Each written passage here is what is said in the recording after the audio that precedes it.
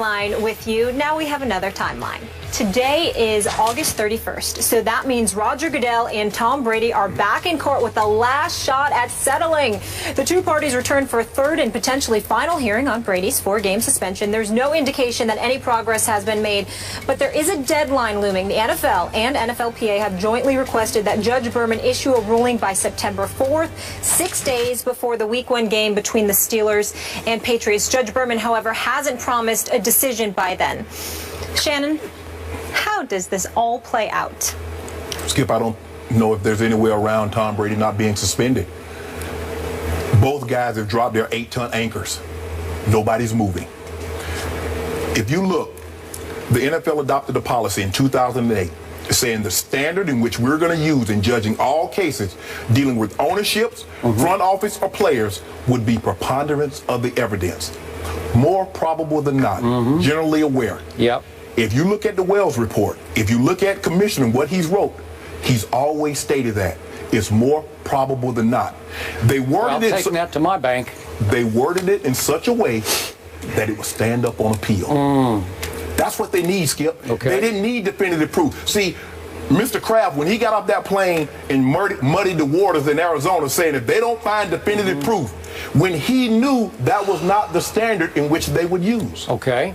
And so now, Roger Goodell has made it crystal clear, unless you accept some responsibility in this, and I'm not talking about obstruction, not cooperating with the investigation, that's not good enough for me. I need you to own up to the fact that you played a part in having those football underinflated. Did you do it yourself? No, absolutely not. But if you look at what Troy Aikman has said, you look at what Joe Montana said, you look at what Steve Young has said, all of them have said there is no way those balls become underinflated without Tom Brady's blessing. Okay. You know that, and I know that. Now, Troy Aikman he's been even stronger than I have. See, with me, it's not the message, it's the messenger. A lot of people in Boston, they don't really care for me ever since I called the National Guard. But Troy Aikman said, and I quote, Brady spearheaded and Belichick knew. That's what Troy Aikman, a 3-time Super Bowl MVP and a three-time Super Bowl quarterback and a Super Bowl I know him well. So with that being said, Skip, okay. and all these accolades that's on Brady's resume, guess what else is going to be on his resume, Skip? Suspended for conduct detrimental or integrity towards the National Football League. Okay, so you have been quoted many times on this show by the man who usually sits in that chair because you were on Stephen A's radio show. Yes. You've been quoted as saying you would not want Tom Brady in the Hall of Fame that you occupy. Are you still there? No, he deserves to be in the Hall of Fame. He's a Mount Rushmore quarterback. He's arguably, you can make a case that he's the greatest quarterback to ever play. Now, for me, the best player is either Jerry Rice or Lawrence Taylor. That's just me. Okay. But he's a Mount Rushmore quarterback. Now, whoever else you're going to add with him and Joe Montana, that's up to you. But he deserved for what he's been able to do. But this will also be on that resume. Okay. Do you believe still, to this moment, that Tom Brady cheated and lied about it? Absolutely. Absolutely. Absolutely. But if you listen to Judge Berman, he's saying well, Tom Brady's numbers were better in the second half with regulated side football. Under that argument, A-Rod's numbers are better this year than they've been in the past 3 years. And he's clean. So you can't use that argument. That's not the issue. The issue is not the outcome. Well, wait a second. A-Rod had his best postseason ever in 2009 when he was clearly cheating. But what about 10, 11, and 12? Well, I don't know. But he had one great postseason when he was on the stuff. But here's the issue. It's not the outcome. You're not punishing. Skip, they could have played with a bowling ball. They were going to beat the Colts. You're punishing intent. What did you hope to accomplish by underinflating the footballs? Okay, let me explain what has happened and drive this point home to you, because you're being so outrageously unfair, because you dug in initially when you read the Wells report, the day after you dug in with your opinion. Those opinions you're reading from those quarterbacks, I will bet you they were uttered in the next couple of days after the Wells report was out. I'd be curious to see if Troy is still as dug in as he was after he has seen what has happened and heard what has come out of Judge Berman's court. Judge Berman has shredded the credibility and integrity of the Wells report. Shredded it day after day. Two big court days. We got another one today. Shredded it. And he has pointed out again and again, you, NFL, have no direct evidence against Tom Brady. This is a court of law. Tom Brady swore under oath in the appeals process run by Roger Goodell, of course.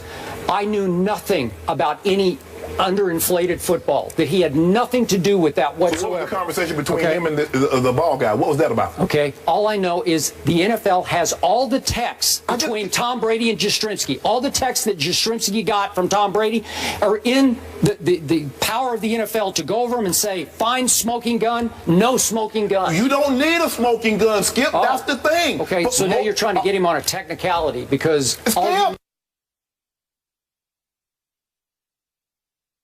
that's the standard that they use. More probable than not. That's the standard that they use. But you're jumping to the conclusion that he cheated and he lied about it, when I'm jumping to the conclusion that Roger Goodell framed and railroaded Tom Brady. Stop setup. Nothing but a setup. Well, you know it and I know it. What happened here? If you want to go bigger picture, I'll be with you on this one.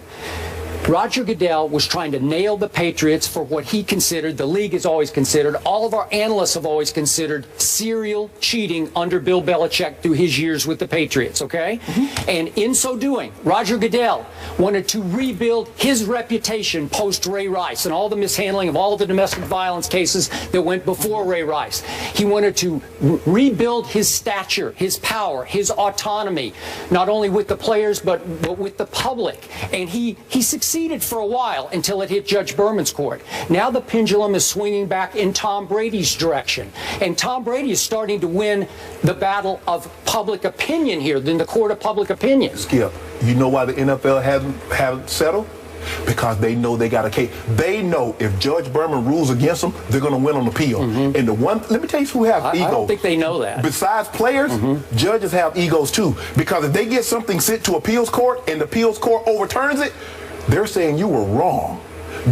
That's why Judge Berman keeps lambasting the NFL. He's trying to goad them into settling. And Roger Goodell says, I'm not moving unless Tom Brady admits his role in this. It's simple. It's simple as that. He's not moving. He's not going to admit it because he didn't do it. But guess what? If he gets those 4 games, he doesn't have to admit it. Roger Goodell picked on the wrong 38-year-old superstar quarterback. Actually, this is the case that he needed to get back in good graces with the players. Because they say, that's what I just said. We see, but here's the thing, though, Skip. Nobody had a problem with Roger Goodell. Now, mind you, owners, 32-0 gave Roger Goodell this power. The players, the league, the players, 31 of 32 teams, only the Steelers didn't ratify the CBA.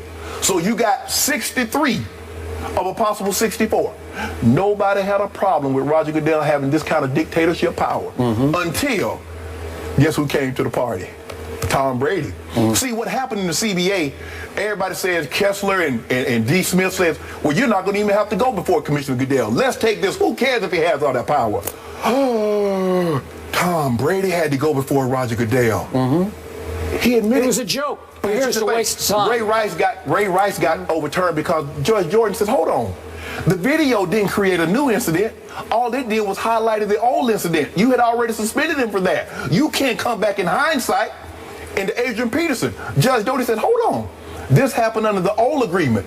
You can't suspend him for the entire year and then try to suspend him again. They kicked it. He's back on the exempt list. Now, he's still not cleared to play. So if you think Judge Berman, I don't see it happening, Skip. I really don't. I would be shocked if Tom Brady. Here's what's going to happen. It's playing week 1. Okay, I will not be shocked because on Friday, I will bet you, Judge Berman will throw up his hands and say, I couldn't get either side to settle. So you guys, you all be my guest. Go on up to the Court of Appeals of the Second Circuit, and it will start and it will take 10 months to a year to try it in the Court of Appeals, the appellate court. And in that time, Tom Brady will be granted a stay, an injunction, and he will play the first 4 games. But here's the thing, Skip. No. The NFL thought of this in advance. They knew he was going to appeal. That's why they beat him to the court, so it'd be in New York. Okay, but they're losing in New York. No, they would have lost 50-0 in Judge Doty's court in Minneapolis. If the NFL actually thought they were going to lose, don't you think they would have settled by now? No, Do you think Tom Brady would have settled if he thought he was going to lose? No. Jeffrey Kessler representing you? Jeff- Watch this. Jeffrey Kessler was the one with decided that CBA that gave him the autonomy. Okay, remember? this is going to be an unprecedented victory for a player against Roger Goodell in the Court of Appeals. Lunch. Okay, you got He doesn't win. salmon. I have a feeling this lunch is going to be grilled chicken and vegetables, No, salmon. butter, no salmon. salt. I got You salmon. too. I like salmon like his jacket. Okay. That's what I want. Okay. So you got- think 4 games? He's getting 4 Oh, games. he's getting 4. Cheater, liar. Unless he admits, Yeah. it'll be down to 2. You're betting against the wrong guy. One No. thing you got to know about Brady, never bet against 12. I'm betting against somebody that has a 95-year history. The NFL, whatever they want, they get. All right, salmon is on the line. So here's another scenario. If the sides don't reach a settlement and Berman issues a ruling, that still doesn't mean this is going away. As these guys alluded to, both sides can appeal should Brady lose. That doesn't mean he automatically serves a suspension. He could file for an injunction that allows him to keep playing until the appeal is heard. Should the NFL lose, it could also appeal in hopes of having the decision reversed. How about them Cowboys? Tony Romo was super on Saturday, but I can't say the same about the Cowboys defense. Skip will tell us if he is concerned. Are you blasting my Cowboys Don't get mad at me. I've got the blue on. Oh. Time to get ready for another week, people. Stay motivated on a Monday and on the attack the same way Skip and our special guest analyst, Shannon Sharpe, are dealing with these subjects. Keep up with us today's show by heading over to IG, where you'll find today's total rundown. Make sure you tag a friend or join in on the debates by leaving your own takes.